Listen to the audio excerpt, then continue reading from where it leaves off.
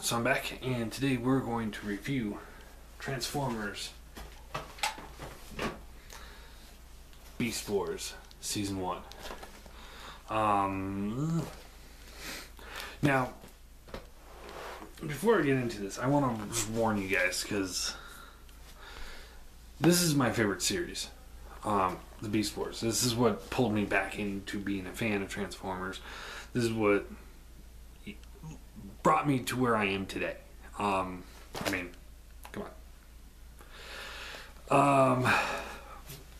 I absolutely love Beast Wars. I thought it was great. So, I do hold it in a higher regard than I do G1 even. I mean, don't get me wrong. I love G1 as much as everyone else. But, Beast Wars just had a better story, I felt. So let's talk about Season 1. So Season 1 is where it all starts. You got Maximals and Predacons. Maximals being the descendants of the Autobots, and the Predacons being descendants of the Predacons from G1. Now, which is what they ended up taking over the hierarchy in the Decepticon ranks and renaming it Predacons. So that's cool. And then they also something to note about. They don't talk about it too much in the show, but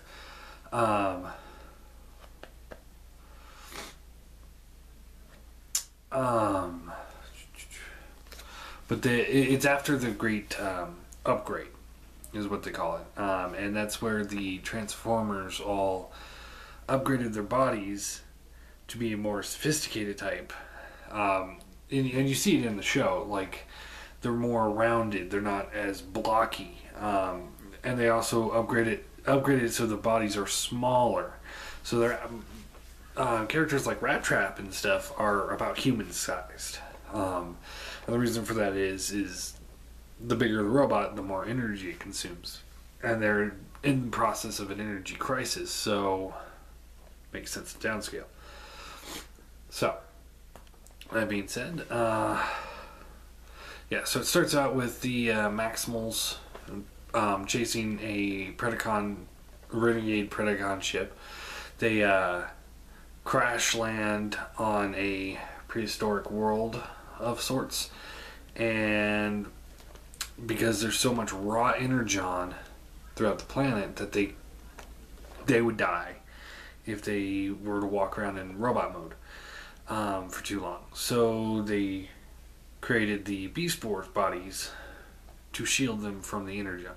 And right there, that's part of the storytelling that I feel that they did really well in this show. Because, I mean, they could have just said, "Oh, we're animals now." That would have been a very simple plot point. But they actually developed a story arc on why they are, and that was great. I love that. So as far as this set goes, this is the Kids Rhino, or the Rhino Home Video version. I know Shout Factory just released their own set, but I didn't pick it up because I had this. I mean, I bought this the day it came out, so it's pretty cool. It's got all these folds out. You get a good image of Rhinox, Dinobot, and Rat Trap. And then on this side, and then on the disc, you get Cheetor, Megatron.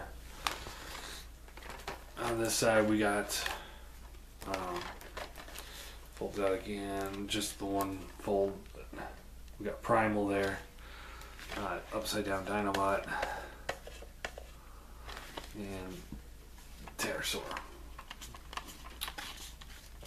So, yeah.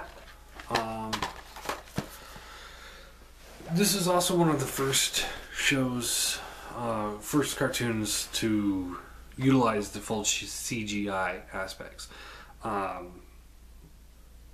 I think there were a couple before it, but this was one of the first, and they did a really good job animating this show. I absolutely love the animation. The beast modes at time have a little bit of an issue, and that's just because of the age, um, and all the background scenery. When things blow up, they don't just blow up. There's little, they kind of splinter, if that makes sense. And it's a little awkward at times. Plant life is for the most part, and animal life is just terrible. But the actual robot modes and stuff are amazing. They're absolutely. I mean, this is straight from an episode. I mean, that is just incredible design on him. Same goes with Rhinox. They really outdid themselves on the actual characters. Really great. Love the story arcs. And there's fun episodes, and then there's the dark episodes, and then there's the plot-driven episodes. So it's a good mixture. You might have an episode where it's like, oh, this is fun, and then you might have that one that's like, oh, I think I should pay attention to this, and then there's those dark ones here and there that are just like, that is so awesome. So, for rating, I give this season 1. I easily give this a 9 out of 10. With full-heartedly 9 out of 10. This is one of my favorite TV series I own. And so from this point on in this video, there will be spoilers because I'm going to talk about some of the episodes. So if you haven't watched this show, and it's a continuation of G1. So if you were a fan of G1 and you wanted the story to continue, Beast Wars is where to continue. I know a lot of people didn't like it that much, but I absolutely had a blast with this show. Anyway, and like I said, it was the thing that got me back into Transformers because, season 3 and 4 ended in, 87, 88? Yeah, like 87. And after that, it was just really, there was nothing. There were a couple that they tried to do the CGI in the G2 version, which was just a rehash of G1, and that was just, it was bad. And I honestly believe that the Beast Wars series is what saved Transformers in general. Not just for me, but in general. I mean, it was on a major decline with the G2. Nobody was buying the toys because there was no product to go with the toys. There was no cartoon, really. The comic book had just been canceled. I mean, there was nothing. The first set of G2 figures was just repaints of G1 figures, and then the last batch you got some new guys, but it's kind of too late. And the toy line, that went with it, it was just awesome. I mean, it does definitely look dated to today's standards, but at that time, the ball joints, that was, they experimented with the ball joints with the end of G2 with like the Cyberjets, and then again with the Machine Wars figures, which for the most part were canceled. Then they really cracked it out with Beast Wars, and most of the original Beast Wars figures were released by Kenner, not Hasbro. I mean, it was kind of like under Hasbro, but kind of a different company. You could tell that Hasbro was like, we're done. It's going nowhere. We give up. And it was Beast Wars that brought it back. I honestly think that Transformers would not be as good as it is today if it wasn't for Beast Wars.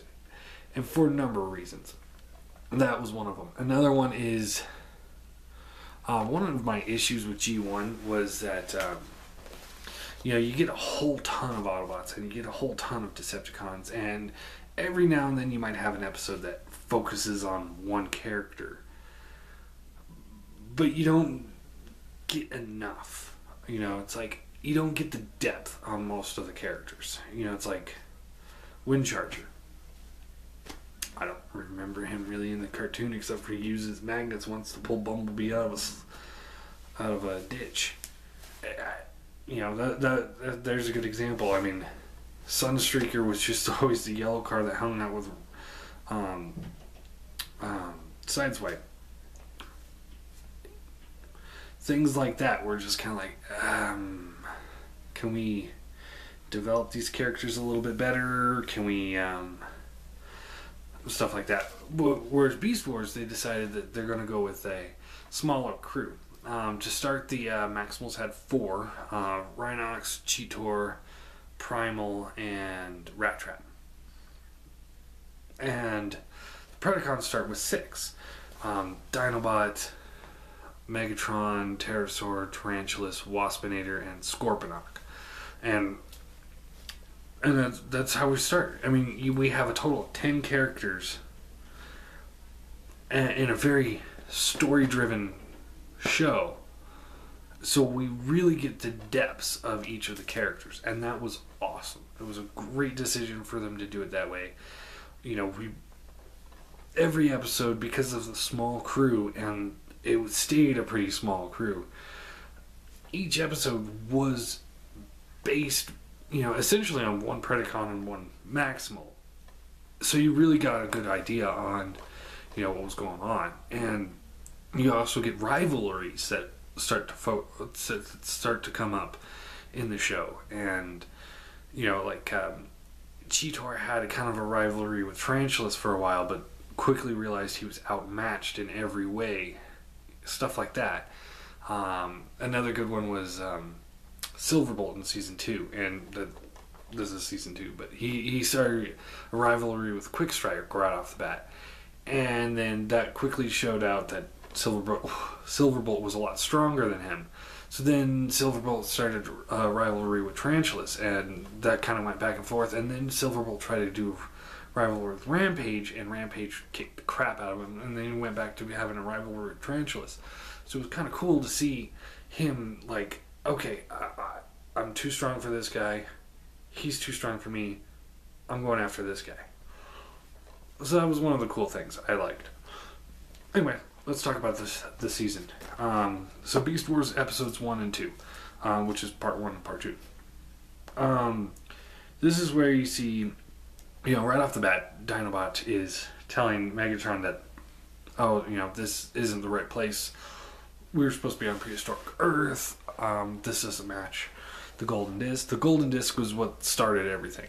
Megatron and the Predacons steal the Golden Disc from the Maximal High Council, and as it turns out, it was the Voyager Disc, which tells them how to get to Earth, and Earth was banned from being allowed to be.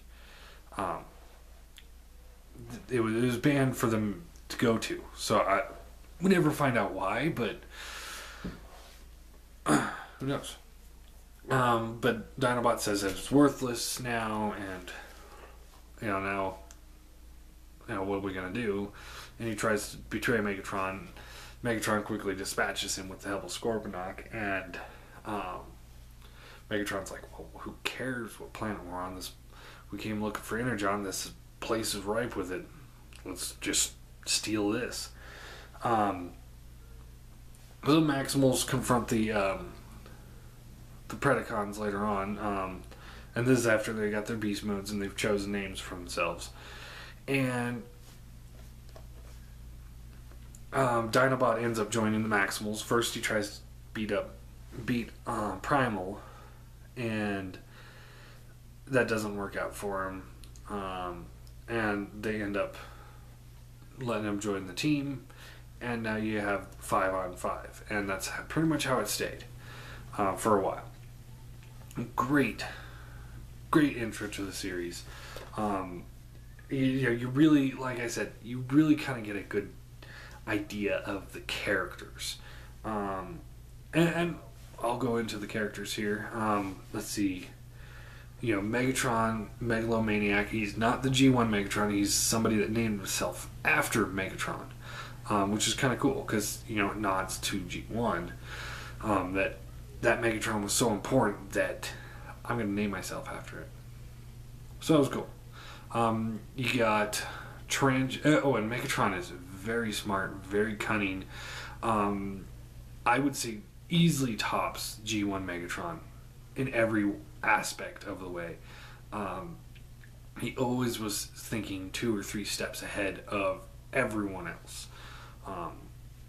You got Tarantulas, he was the mad scientist type, cannibalistic, a little bit. He always tried to eat Cheetor, or he did a couple times, which is weird, but you know, Scorponok, who's he kind of is like the Brute. He's the sub-scientist, and he was just incompetent in every aspect of the way, but it was fun to watch. Waspinator, who was, you know, one of the flyers, very critical, because Predacons only had 2 flyers. Waspinator always got blown up, and he was kind of a threat to begin with, but then quickly became not, and more or less became comic relief. And then Pterosaur, who was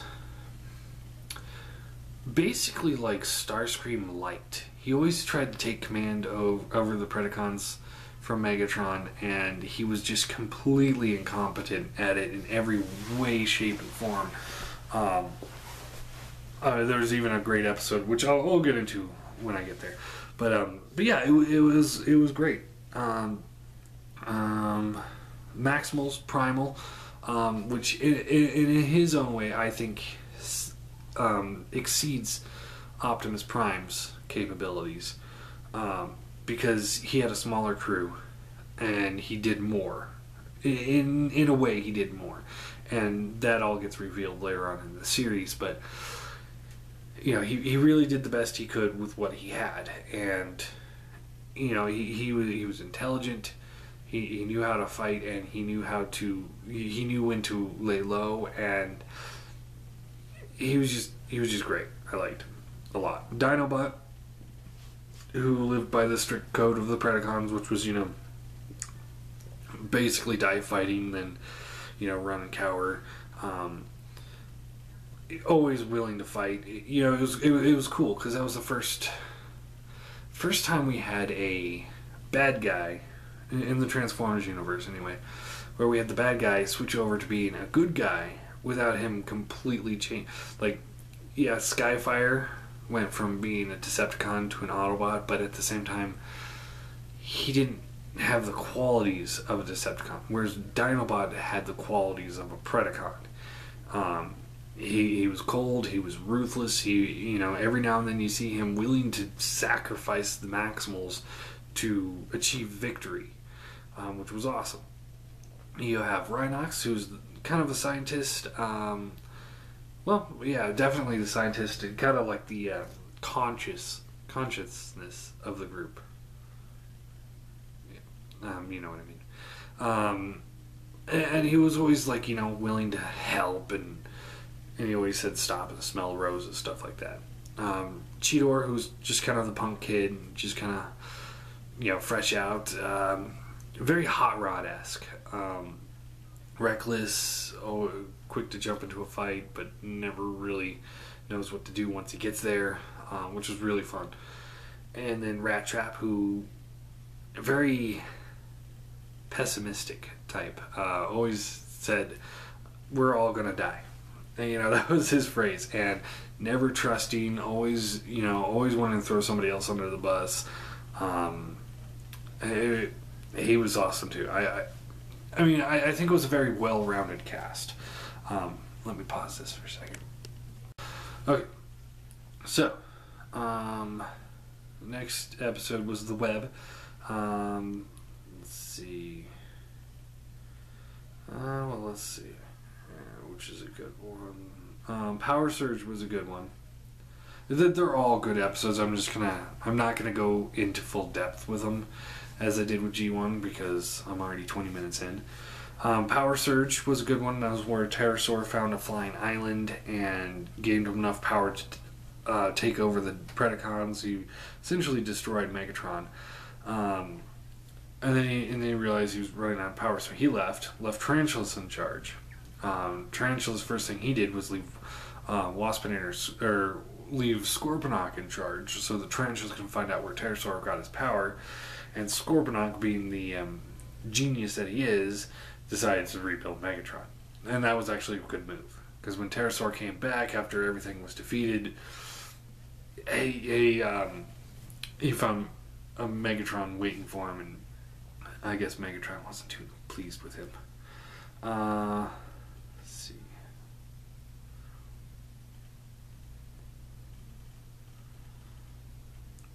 Let's see, I believe Fallen Comrades.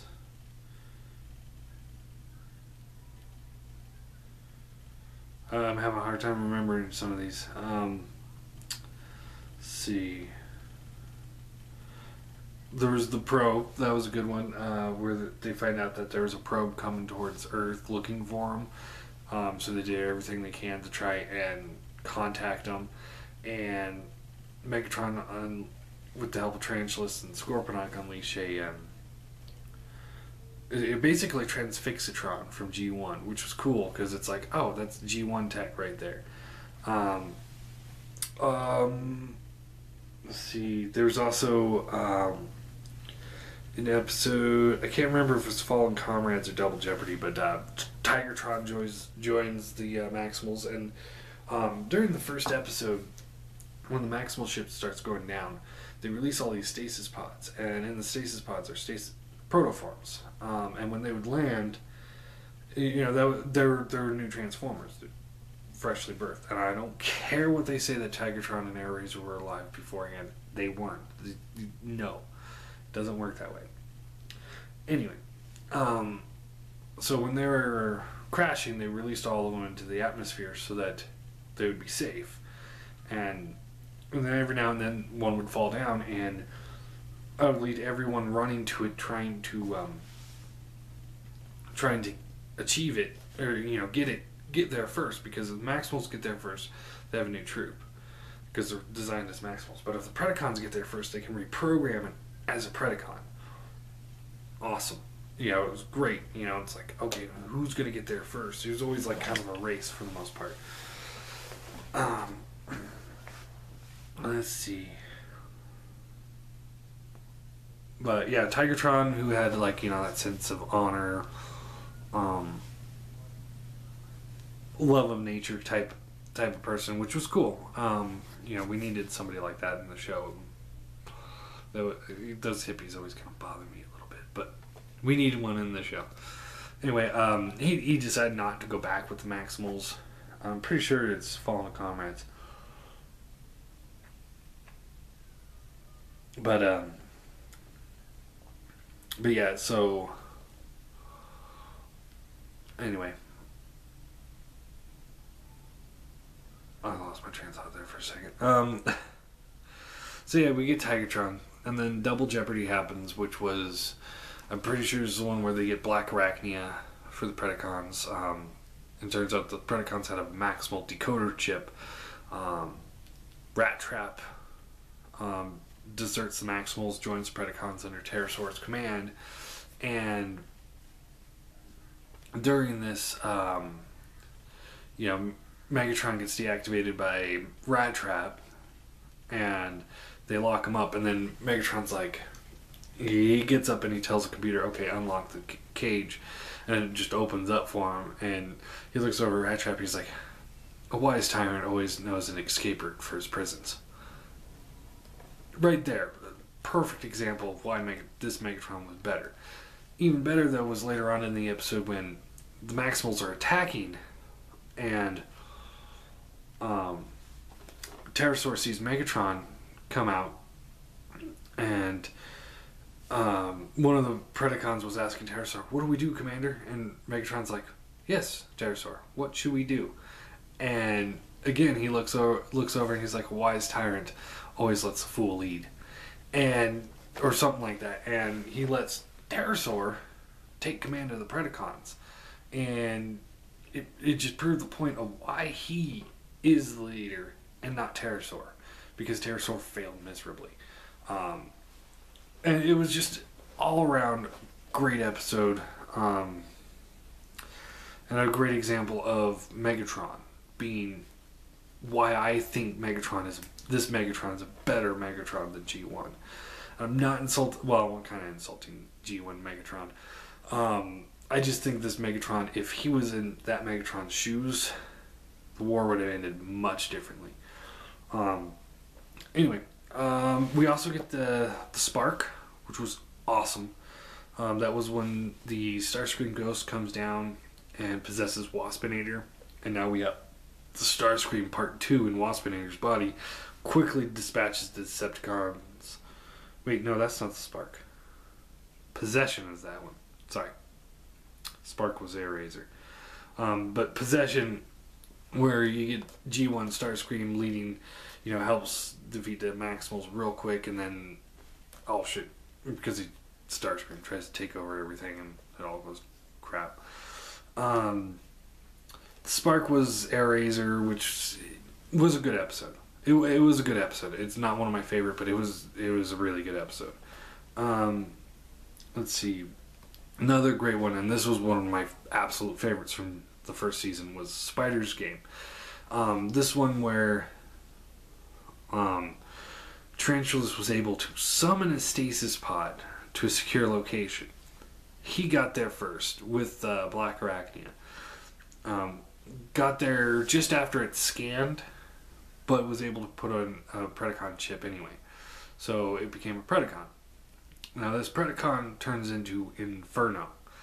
And I absolutely love Beast Wars Inferno. He was just batshit fucking crazy.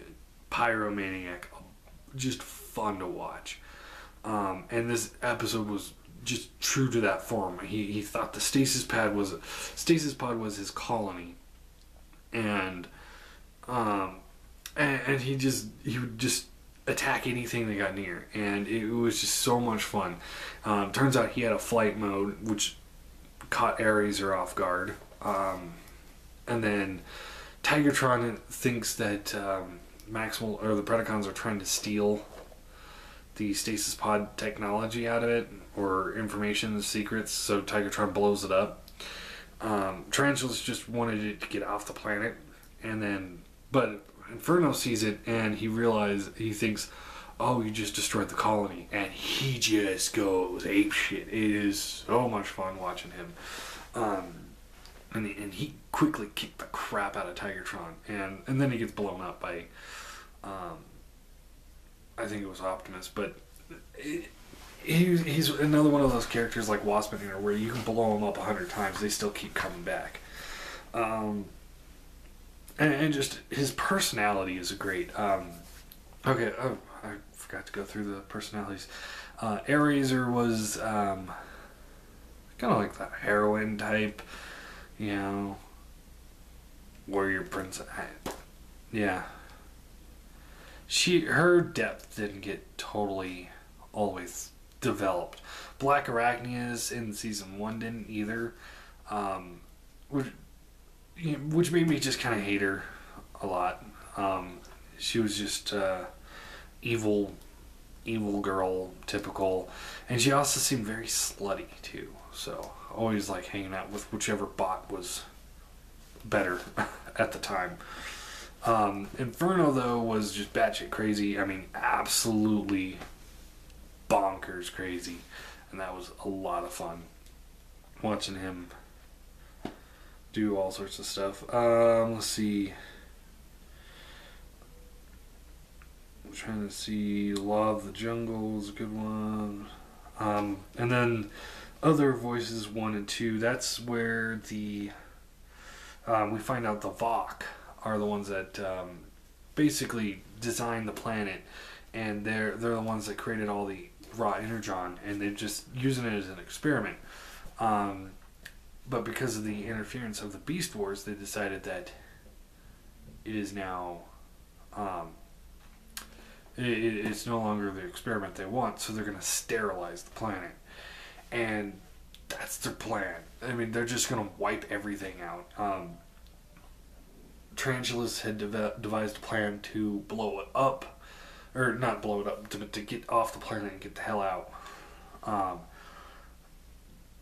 And at the last minute, Primal figures it all out, and he takes Tarantula's stasis pod, flies up, and his plan is to launch the stasis pod into the Planet Buster and blow it up and then hop out and fly. Well, as he's doing that, turns out Megatron has secret control over the thing and keeps the door locked. End of the season, you see Optimus fly into the machine, screaming Megatron, blows up, bits of him are flying everywhere, the whole thing gets destroyed, most of the planet's burned up in the whole Planet Buster, and that's how the season ends. Awesome. Absolutely. Very explosive ending. So, 9 out of 10. I absolutely love this season. It was a great show. I kind of wish they would bring it back in a way, but at the same time, I kind of hope that they don't touch it. I don't want it to be ruined with Bumblebee, because you know if they make a new Transformer show with Beast Wars, they're gonna throw Bumblebee in there somewhere, and I don't want to see that. Just saying, I do not want to see Bumblebee in a Beast Wars show. That would really piss me off. But anyway, I do hope that they make more Beast Wars Transformers. We got Crap Cheetor and okay Dinobot, awesome Rhinox, awesome Waspinator. So hopefully we'll see more of that. Anyway, Transformers, Beast Wars, Season 1. Question of the day is, what do you guys think of the first season of Beast Wars? Were you... I want to know, are you a Beast Wars fan, or are you one of the truck not monkey group? Everyone's entitled to their own opinion, so if you don't like it, that's your call. If you haven't seen it and you're just kind of hesitant because of it, because it's Beast Wars, I recommend picking it up and just giving it a shot. I know it's on YouTube, just watch a couple episodes, see what you think.